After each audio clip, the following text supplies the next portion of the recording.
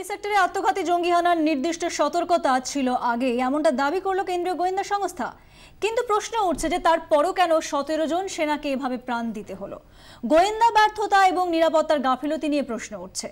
উরির জঙ্গি হানাতেও উঠে এলো পাক মদতের অভিযোগ। আমি এনে চলে যাব, আমার প্রশ্ন থাকবে জেনারেল শঙ্কর রায় চৌধুরীর কাছে। জেনারেল, আপনি বলছিলেন যে জবাব কিভাবে দেওয়া হবে, কিন্তু তার আগে সতর্ক বার্তা ছিল, তাও এই ধরনের অ্যাটাক কিভাবে সম্ভব হলো? কোথায় আমাদের থেকে গাফিলতিটা থাকলো, মানে আমাদের দিকে গাফিলতিটা থাকলো?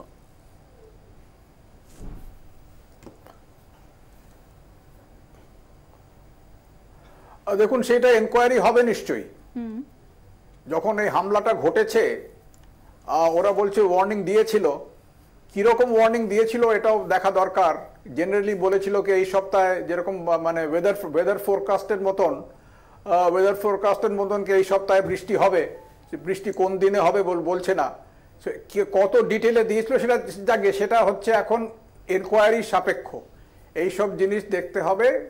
গাফিলতি হয়েছে, অবশ্যই হয়েছে। যখন এখানে হামলা হয়েছে গাফিলতি অবশ্যই হয়েছে, সেটাকে ওরা খতিয়ে দেখবে, সেনাবাহিনী ইত্যাদি এটা খতিয়ে দেখবে।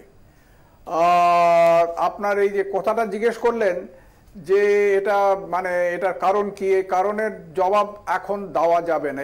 এই প্রশ্নের বোধহয় কোনো জবাব নেই। কোথাও না কোথাও নিশ্চয়ই গাফিলতি হয়েছে, কোথায় হয়েছে, কারা করেছে সেটা খতিয়ে দেখতে হবে। কিন্তু এরকমই তো আমরা বারবার দেখছি, পাঠানকোটের সময় এই প্রশ্ন উঠেছিল যে কেন আমরা তৈরি ছিলাম না, তারপরে উরি সেক্টরে এই ধরনের হামলা, কোথায় আমরা কোথায় সেভাবে সতর্কতার পরও আমরা তৈরি থাকতে পারছি না, যেই কারণে বারবার করে এইভাবে অ্যাটাক হচ্ছে।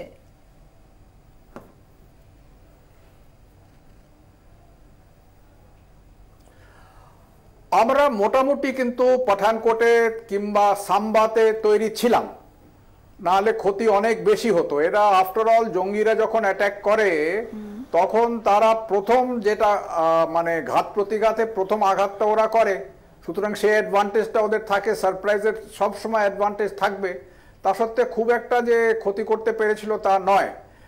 কিন্তু প্রশ্নটা হচ্ছে এইভাবে কতবার মার খাবো এবং আমাদের হাতে কিছু করার আছে কিনা, সেইটাই হচ্ছে বড় প্রশ্ন। এইটা সামরিক প্রশ্ন নয়, এইটা আসলে রাজনৈতিক প্রশ্ন। আমাদের সেই রাজনৈতিক সদিচ্ছা কিংবা সেই রাজনৈতিক দৃঢ়তা আছে কি না সেইটা দেখতে হবে।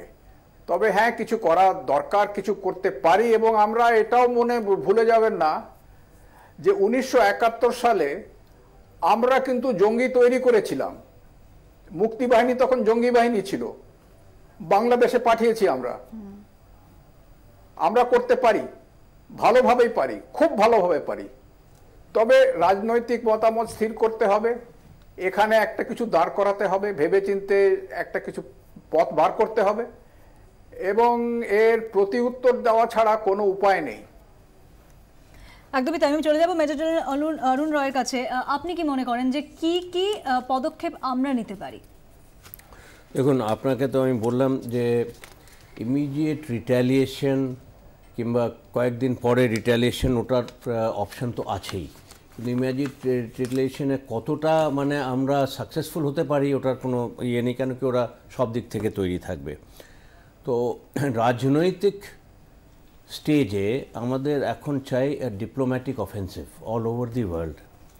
পুরো পাকিস্তানের এগেন্সে ডিপ্লোম্যাটিক অফেন্সিভ। ডিপ্লোম্যাটিক অফেন্সিভের সাথে সাথে যে আছে গ্রাউন্ডের ওপর আমাদের মিলিটারির একটু শো অফ স্ট্রেংথ কোনো রকমে, এটা আমি আপনাকে হয়তো বোঝাতে পারবো না। শো অফ স্ট্রেংথ মানে position of strength along the এলওসিতে জায়গায় জায়গায় ইয়ে করে ওদেরকে একটু দাবানোর চেষ্টা করা হবে, but along with diplomacy. Sanctions, যেটা মোদি সাহেব বলেছিলেন আগে, we must go strongly on that. এইভাবে আমাদের এগোতে হবে। কিন্তু অনেক দেশেরা আমাদের এই স্যাংশনে হয়তো সাপোর্ট করবে না। আমরা আমাদের ওটার জন্য আগে তৈরি থাকতে হবে। দ্যাট স্যাংশন বললে তো অ্যান্ড উই মাস্ট অন্য দেশের উপর কোনোদিন ডিপেন্ডেন্ট হতে নেই। একদমই তাই। মানে whether it is USA, whether it is Russia, যা কিছু আমাদের করতে হবে আমাদের নিজেদের। আমাদের সময় আপাতত শেষ। আপনাদের অনেক ধন্যবাদ। আমরা এই অনুষ্ঠান এখানে শেষ করছি, তবে আপনারা আমাদের ছেড়ে যাবেন না। কিছুক্ষণ পরে আমরা ফিরে আসছি অন্য একটি গুরুত্বপূর্ণ অনুষ্ঠান নিয়ে। আপনার সঙ্গে থাকুন 24 ঘন্টা।